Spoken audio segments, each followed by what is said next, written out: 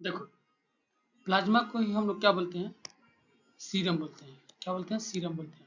But कब plasma को हम लोग सीरम बोलेंगे, जब इस प्लाज्मा में से क्लॉटिंग फैक्टर क्या हो जाता है, रिमूव हो जाता है ना, तब हम लोग क्या बोलते हैं, इस प्लाज्मा को सीरम बोलते हैं। हम लोग के बॉडी में 13 क्लॉटिंग फैक्टर्स प्रेजेंट होते हैं। कितने होते हैं, 13 क्लॉटिंग फैक्टर्स प्रेजेंट होते हैं। बट मेजर जिनका रोल होता है क्लॉटिंग फैक्टर के तौर पर, वो फाइब्रोनेजन होता है, प्रोथ्रोम्बिन होता है, प्रो एसिलरेट होता है, इंटरहोमोफिलिक फैक्टर्स होते हैं। ये 4 ऐसे फैक्टर्स होते हैं जो क्लॉटिंग फैक्टर में मेजर इंपॉर्टेंट रोल प्ले करते हैं। तो ये एक जनरलाइज आइडिया हो गया सीरम के बारे में, सीरम किसे कहते हैं।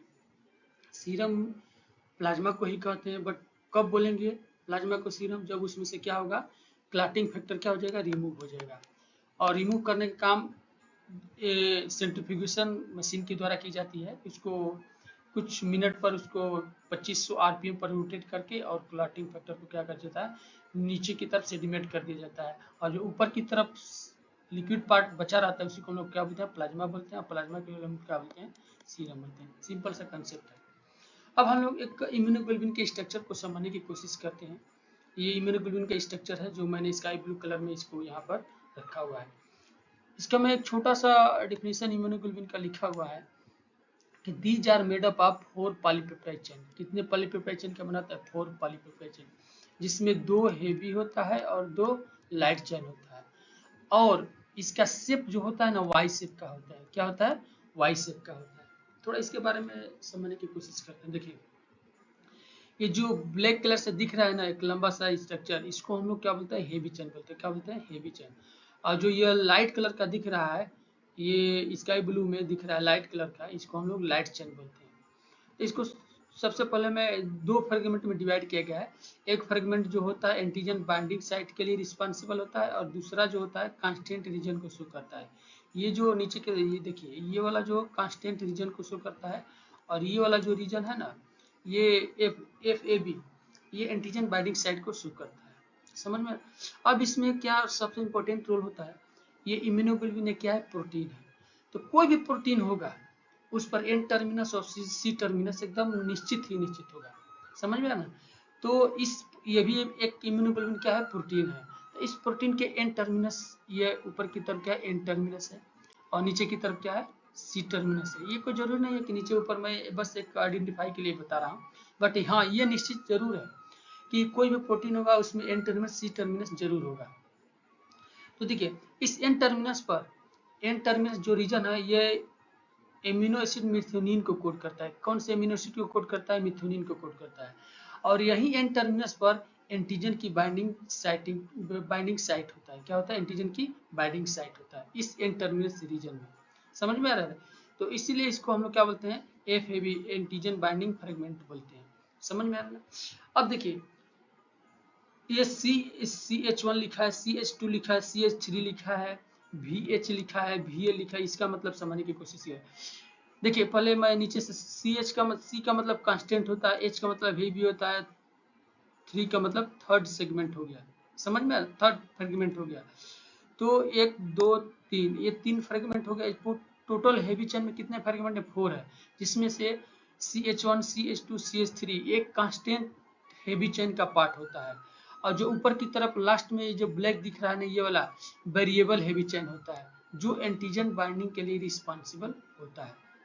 सेम उसी तरह से लाइट चेन में भी 2 होता है, एक कांस्टेंट रीजन होता है, एक वेरिएबल रीजन होता है। जो वेरिएबल रीजन होता है लाइट चेन में, ये भी एंटीजन बाइंडिंग साइट में हेल्प करता है। और जो कांस्टेंट रीजन होता है ना, इस एंटीजन के बाइंडिंग साइट में हेल्प नहीं करता है। तो इसमें भी एन टर्मिनस, इस लाइट चेन में भी क्या होगा, एन टर्मिनस होगा और सी टर्मिनस होगा। जो एन टर्मिनस होगा सेम मेथियोनिन को ही कोड करेगा, और जो सी टर्मिनस होगा इसका, ये वैलिन को कोड करता है। ठीक ना, ये कार्बोक्सिल टर्मिनल ग्रुप होता है और एन टर्मिनल ग्रुप होता है। तो ये वैलिन को कोड करता है और ये मेथियोनिन को कोड करता है एन टर्मिनस पर। सी टर्मिनस पर क्या होता है, वैलिन को कोड करता है।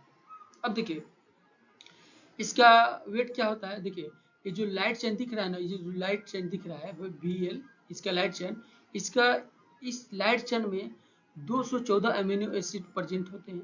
और इसका वेट जो होता है ना, 25 किलो डाल्टन होता है। कितना होता है? 25 किलो डाल्टन। सेम उसी तरह से हेवी चेन, ये जो दिख रहा है आपको हेवी चेन, ये हेवी चेन क्या होता है? इसमें एमिनो एसिड जो होता है 450 एमिनो एसिड प्रेजेंट होता है और इसका मॉलिक्यूलर वेट कितना होता है? 50 किलो डाल्टन होता है। तो समझ में आ रहा है ना? फिर उसके बाद क्या होता है कि इस इम्यूनोग्लोबुलिन को बाइंड करने के लिए इम्यूनोग्लोबुलिन से क्या होता है? डाई सल्फाइड बाइंड होता है। क्या बोलते हैं? डाई सल्फाइड बाइंड होता है। तो देखिए डाई सल्फाइड बाइंड सबसे पहले देखिए यहाँ एक ब्लैक कलर में दिख रहा है, यहाँ पर ही दिख रहा है, और एक यहाँ पर दिख रहा है, यहाँ पर दिख रहा है। तो यदि सेम चेन के बीच, मतलब सेम चेन के बीच अगर बॉन्ड प्रेजेंट होगा, डाई सल्फाइड बॉन्ड होगा, तो उसको बोलते हैं इंटरा। क्या बोलते हैं? इंटरा। यदि टू डिफरेंट चेन के बीच यदि डाई सल्फाइड बॉन्ड होगा तो उसको बोलते हैं इंटर। क्या बोलते हैं? इंटर। इस टर्म को समझना बहुत जरूरी होता है, इंटरा और इंटर। मीनिंग में भी डिफरेंट है और इसका मीनिंग भी डिफरेंट होता है। तो देखिए जो ब्लैक कलर का हेवी चेन दिख रहा है, इसमें दो क्या है, यहाँ पर जो यहाँ पर मैं दिखा रहा हूँ, ये इंट्रा डाइसल्फाइड बॉन्ड होता है। फिर से कि यहाँ पर डाइसल्फाइड बॉन्ड इंट्रा होता है CH2 में, CH3 में और CH1 में भी क्या होता है? डाइसल्फाइड बॉन्ड होता है इंट्रा। और इसमें VH वेरिएबल हेवी में भी क्या होता है? इसमें भी क्या होता है? इंट्रा डाइसल्फाइड बॉन्ड होता है। तो अगर हम हेवी चेन में इंट्रा की बात करें डाइसल्फाइड बॉन्ड की, तो 1 2 3 4 5 6 यहाँ पर कितना हो गया? Intra disulphide bond heavy chain में 6 हो गया। कितना हो गया? हेवी चेन में 6 हो गया। समझ में आ रहा है? लाइट चेन में क्या होता है कि यहाँ भी एक डाइसल्फाइड बॉन्ड होगा, यहाँ भी एक डाइसल्फाइड बॉन्ड होगा, या यहाँ भी है एक। तो यहाँ भी इंट्रा लाइट चेन में कितना हो जाएगा? 4 हो जाएगा। समझ में ना? लाइट चेन में इंट्रा डाइसल्फाइड बॉन्ड कितना होता है? 4 होता है, और हेवी चेन में कितना होता है? 6 होता है। बट हेवी चेन और लाइट चेन के बीच में भी एक एक डाइसल्फाइड बॉन्ड होता है। तो दो अलग अलग चेन के बीच जो बॉन्ड होता है उसको हम लोग क्या बोलते हैं? इंटर डाइसल्फाइड बॉन्ड होते हैं। तो कितना है? हेवी और लाइट के बीच कितना भाई है? तो 2 है। एक यहाँ पर है और एक यहाँ पर है। समझ में आ रहा है? अब देखिए यहाँ पर लिखा है हिंज रीजन। हिंज रीजन का मतलब ये होता है, जैसे हम अपने दोनों हाथ को ऐसे पंजे को सटाते हैं ना, तो वाई शेप का स्ट्रक्चर है। यहाँ पर एक फ्लेक्सिबिलिटी होती है। क्या होती है? फ्लेक्सिबिलिटी, जिससे कि थोड़ा सा अपने बैंड को क्या कर सकता है, फ्रेगमेंट को क्या कर सकता है? मूव करा सकता है, थोड़ा सा लेफ्ट और राइट की तरफ मूव करा सकता है। ये बहुत इंपॉर्टेंट रोल प्ले करता है। पास में यदि एंटीजन आता है ना, तो उसको थोड़ा सा पकड़ने में या अपने आप को एडजस्ट करने में हेल्प करता है हिंज रीजन। तो हिंज रीजन क्या होता है? एक फ्लेक्सिबल रीजन होता है, और इस हिंज रीजन में भी डाइसल्फाइड बॉन्ड होता है। समझ में आ रहा है? तो एक इम्यूनोग्लोबुलिन का स्ट्रक्चर हो गया। अब आइए हम लोग एक और कंसेप्ट समझने की कोशिश करते हैं। देखिए एंटीजन की जो बाइंडिंग साइटिंग होती है उसको हम लोग क्या बोलते हैं? वेरिएबल रीजन बोलते हैं भाई। सिंपल सा कंसेप्ट है। अब वेरिएबल रीजन में CDRs प्रेजेंट होते हैं। ये 6 CDRs में बनाया है। तो एक एंटीबॉडी में ना, एक एंटीबॉडी में कितने CDRs हो जाएंगे? 12 हो जाएंगे। कितने हो जाएंगे? 12 हो जाएंगे। समझ में? एक एंटीबॉडी में अगर सिंपल एक फ्रेगमेंट में मैं ऐसे फ्रेगमेंट करके बोल रहा हूँ, इसमें केवल 6 है, तो इसमें भी 6 है और इसमें भी 6 है, तो टोटल मिलाकर कितना हो जाए? 12 एंटीजन बाइंडिंग साइट हो जाए, जिसको हम लोग CDRs बोलते हैं। समझ में आ रहा है ना? अब देखिए मैं यहाँ पर एक टेस्ट ट्यूब में क्या प्रिपेयर किया हूँ? सीरम प्रिपेयर किया हूँ, और इस सीरम से मैं 4 तरह के 4 इम्यूनोग्लोबुलिन को मैंने निकाला यहाँ पर। 1 2 3 4 4 इम्यूनोग्लोबुलिन को मैंने यहाँ पर निकाला है।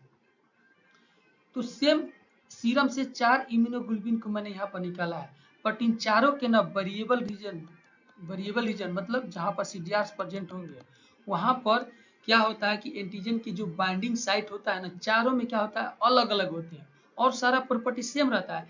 लेकिन इस वेरिएबल रीजन में क्या होता है? इस वेरिएबल रीजन में, इस सबों के वेरिएबल रीजन में कुछ ना कुछ एमिनो एसिड का डिफरेंट होता है। वो एमिनो एसिड कितने का डिफरेंट होता है? 100 से 110 अमीनो एसिड का सारे इम्यूनोग्लोबुलिन पर डिफरेंट होता है इस CDR से रीजन में। तो जाहिर सी बात है कि एंटीजन की बाइंडिंग साइट को भी अफेक्ट करेगा।